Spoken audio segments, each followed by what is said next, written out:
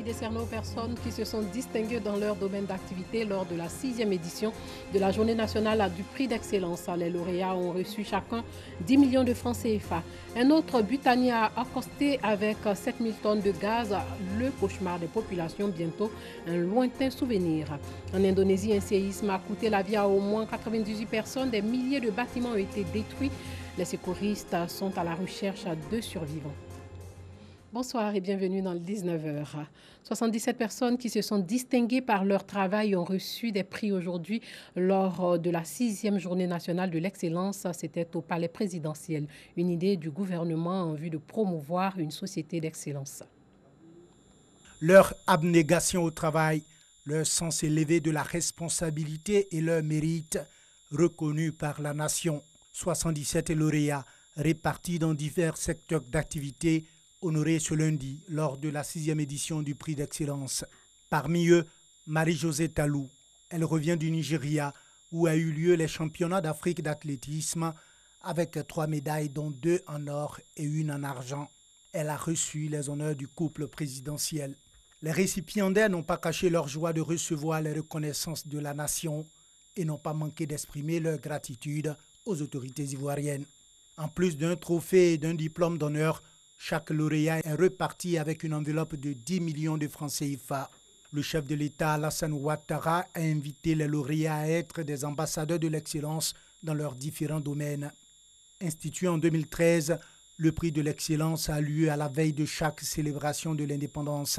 Il vise entre autres à créer une saine émulation entre les Ivoiriens et à faire la promotion de l'excellence dans une Côte d'Ivoire nouvelle avec des hommes de qualité et de valeur. Un élément de Christiane Kobi commenté par Dangui Dangui. La Côte d'Ivoire va célébrer 58 années d'indépendance demain. Par le passé, la célébration de la fête nationale se faisait de façon tournante.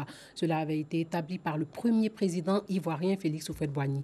En 1969, la ville de Mans a abrité les festivités de l'indépendance, ce qui a permis à la ville 18 montagnes de bénéficier de plusieurs infrastructures. Ève Boué revient sur ces moments. Khalifa Diomandé, 70 ans, enseignant à la retraite, vit à Mans au quartier Cocon. Il rencontre ce jour les jeunes de son village résidant à Mans. Ordre du jour, organisation du 58e anniversaire de l'indépendance de la Côte d'Ivoire. Cette année, c'est son village qui accueille les festivités dans sa sous-préfecture. Et justement, parlant d'indépendance, Khalifa se souvient de l'an 9 de la Côte d'Ivoire. C'était la grande époque des fêtes tournantes initié par le président Félix Houphouët-Boigny pour soutenir la politique de développement local. En 1969, c'est la ville de Mans qui a abrité les festivités. La fête d'indépendance était une aubaine pour la ville de Mans où, dans la tête de chacun, on devait avoir beaucoup d'infrastructures. Et effectivement, nous avons eu l'hôtel des Cascades, le marché actuel qui est brûlé et la réfection du stade. Et puis bon, du goudron un peu partout dans la ville. En plus de cela, le quartier 13 a été créé, la résidence officielle du chef de l'État construite. Certains quartiers ont été électrifiés, comme s'en souvient Samaké Souleymane, 76 ans. Après la fête là, un soir là, on a quitté au champ, on partait promener, on a pris tout le courant qui a allumé. On a dit, non, ça même on va fêter. Pour la célébration de cette fête, la région a battu le rappel des fils et filles. Fils de Mans, j'ai exercé à l'extérieur de Mans. Mais à cette époque-là, quand même, la fête étant tournante, elle regroupait tous les enfants. Donc, comme tous les autres, moi, je suis venu aussi à Mans pour assister à la fête. C'est sur l'actuelle avenue Alassane Ouattara que s'est déroulé le défilé. Le défilé était parti du devant de la préfecture, voilà la gare de Fakobi. Mais il faut dire que c'était un bon défilé. Ça a été bien organisé par les responsables de la ville. Si le défilé a marqué les esprits, un autre fait l'a été plus encore. La finale de la Coupe nationale entre la SEC Mimosa et l'Africa Sport. Le match a été dur, mais beau. Parce que ça a tenu les gens en haleine. Le score a été à la fin du match de 2 buts partout et un règlement bizarre est sorti des tiroirs en ce moment-là.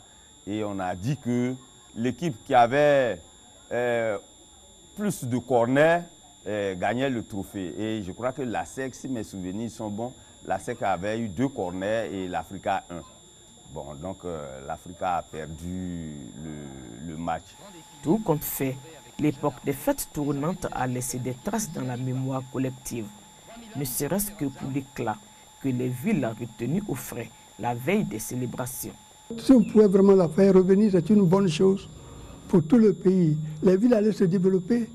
Aujourd'hui, 49 ans après cette fête mémorable à Mans, et au moment où tout le pays s'apprête à célébrer le 58e anniversaire de la Côte d'Ivoire souveraine, la ville de Mans a perdu son lustre d'antan. Plusieurs infrastructures dégradées, voiries inexistantes ou fortement abîmées, insalubrité grandissante. Il est temps que Mans, la cité des montagnes, refasse sa toilette des grands jours. Demain, les Ivoiriens commémorent les 58 ans de l'indépendance de la Côte d'Ivoire, un jour célébré en grande pompe chaque année. Cette année, le défilé militaire du 7 août aura lieu sur le boulevard Valéry Giscard d'Estaing, dans la commune de Trècheville et non au palais présidentiel, avec 5514 militaires, gendarmes et policiers. Un défilé aérien, pédestre, motorisé et une démonstration de saut en parachute sont prévus.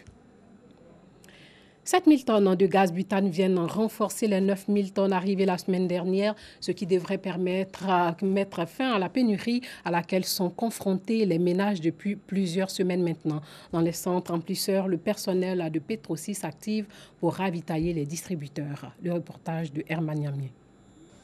Dans ce centre remplisseur de Petrosi, des agents en plein boulot. Leur mission, remplir les bouteilles de gaz butane devant approvisionner le marché. Ce 6 août, comme annoncé par le directeur général, le deuxième butanier a accosté et a livré à la structure 7000 tonnes de gaz butane pour renforcer les 9000 tonnes de la semaine dernière. Et depuis, les agents sont à la tâche pour ravitailler les distributeurs. Ça fait 16 000 tonnes, c'est pour dire que nous avons beaucoup de butane actuellement à mettre à la disposition des ménages. Et pour ce pompage que nous allons commencer avec le navire qui est arrivé, nous allons pomper 2700 tonnes à Petrosi, 600 tonnes à la Geste aussi, et 2500 tonnes à la Petro-Ivoire et 1500 tonnes à Oryx. Pour dire que nous avons beaucoup de butane et la preuve, nous sommes au centre remplisseur de Petrosi. Vous le constatez sur ce pont bascule, vous avez 2 camions qui sont là, qui sont en train de faire un allemand de vrac.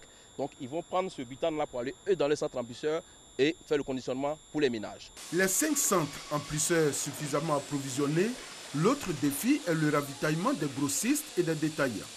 Là encore, les choses se passent normalement. Depuis quelques jours, c'est à un balai incessant des véhicules palettisés que l'on assiste dans les rues d'Abidjan, tout comme à Vridi, où se trouvent les différents centres remplisseurs. Je m'appelle à la livraison à Yokouban. Je fais 2 tours par jour. Si on a 8 chahements. Je dois faire tout possible pour rentrer à Daloa le soir là, pour aller satisfaire les clients. On peut faire sortir les camions, 20 camions par jour, 30 camions par jour. On travaille jour et nuit et puis il n'y a pas de problème. La pénurie de gaz butane a été une aubaine pour certains revendeurs indélicats qui en ont profité pour augmenter le coût des bouteilles. Désormais disponible, l'association des revendeurs de gaz butane appelle au respect des coûts fixés par l'État. Chacun doit jouer sa partition. Les mandataires doivent faire en sorte que leurs livreurs respectent le prix de cession aux revendeurs de gaz. Et les revendeurs, eux aussi, doivent respecter le prix de cession aux ménages. Le gaz, il y en a suffisamment en Côte d'Ivoire. Il n'y a plus de pénurie. La pénurie, c'est du passé. Il faut que les gens reviennent à la case de départ. Petrosi rassure que les dispositions sont prises afin d'éviter une autre pénurie de gaz butane en Côte d'Ivoire. Le calvaire des populations de Gabiadji, localité située non loin de San Pedro, vient de prendre fin aussi. Elle n'était pas en proie à une pénurie de gaz butane, mais cette population avait besoin d'une ambulance pour évacuer ses malades le plus rapidement possible vers les structures sanitaires qui disposent d'équipements modernes. Cette ambulance leur a été offerte par le conseil régional de San Pedro. Sam Conan. Une ambulance médicalisée flambant neuf d'une valeur de 40 millions de francs CFA au centre de santé urbain de Gabiadji, une sous-préfecture située à une trentaine de kilomètres de San Pedro. C'est un don du conseil régional de San Pedro qui vient combler un vide. Depuis plusieurs années, le centre de santé urbain de Gabiadji manquait d'ambulances et le président du conseil régional, qui fait de la santé une priorité, a vu juste. Aujourd'hui, nous allons réduire par ce don le taux de mortalité, selon la volonté du chef de l'État, qui demande qu'effectivement il faut apporter les premiers soins, effectivement il faut apporter un plateau technique important à nos populations. Je suis très heureux et je sens la joie qui se lit sur le visage des populations. Nous les femmes, on a des problèmes. Si on s'en va accoucher, s'il y a un cas délicat, pour qu'on va partir à San Pedro, on a des problèmes. Il faut chercher taxi, tout ça, comme l'ambulance est venue. S'il y a un problème, on met la jeune femme dedans, elle fait son travail avant d'arriver au CHR. Donc ça me fait droit au cœur. Je dis merci à M. Begré Dorancin.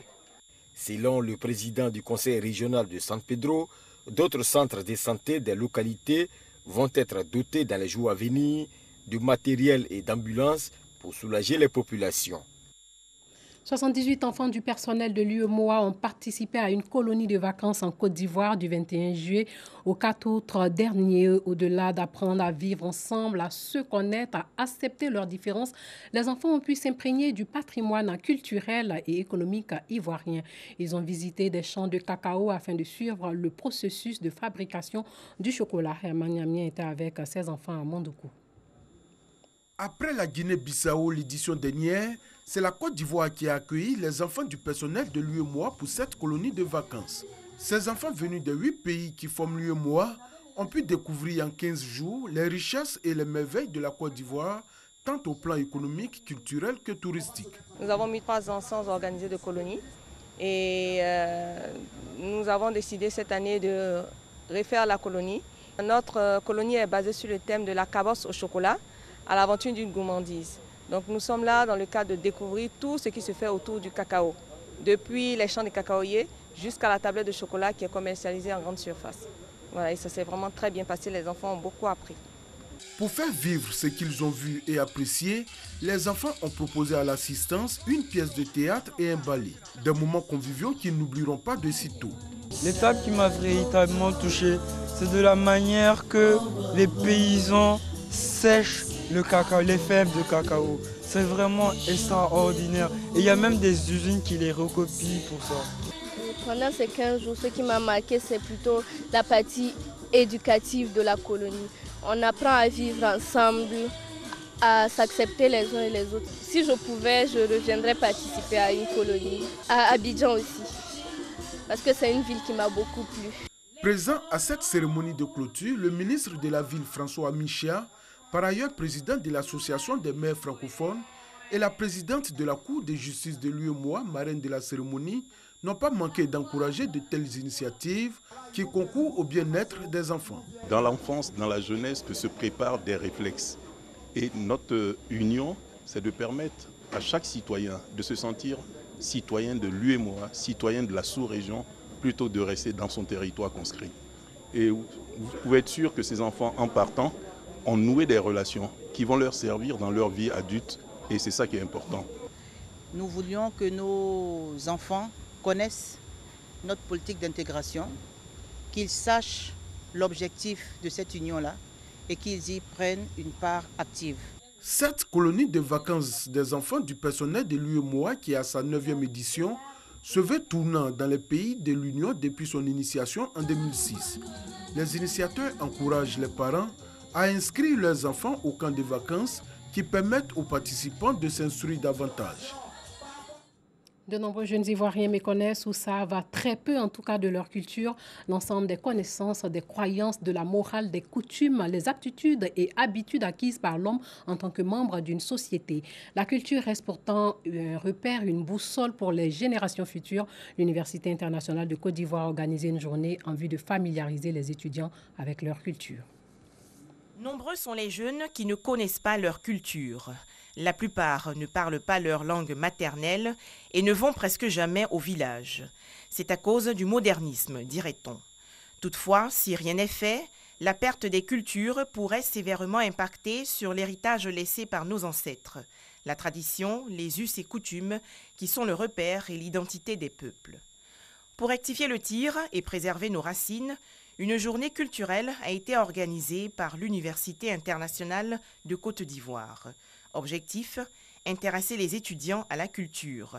Je pense qu'il est important de connaître sa culture pour faire un retour aux origines, pour ne pas être influencé par d'autres cultures, par d'autres traditions. La culture, c'est l'antidote de la violence, c'est l'antidote de l'intolérance. Ça permet un brassage. Danse du terroir et défilés en habits traditionnels ont meublé cet événement dédié à la valorisation de la culture ivoirienne. Les équipes de secours indonésiennes ont évacué aujourd'hui des centaines de touristes de petites îles touristiques proches de celles de Lombok, où des sauveteurs étaient à la recherche de survivants au lendemain d'un puissant séisme qui a coûté la vie à au moins 98 Indonésiens. Avant de nous dire au revoir, sachez que le chef de l'État va s'adresser ce soir à la nation à 20h. Voilà, c'est tout pour ce soir. Merci de nous avoir suivis. Portez-vous bien.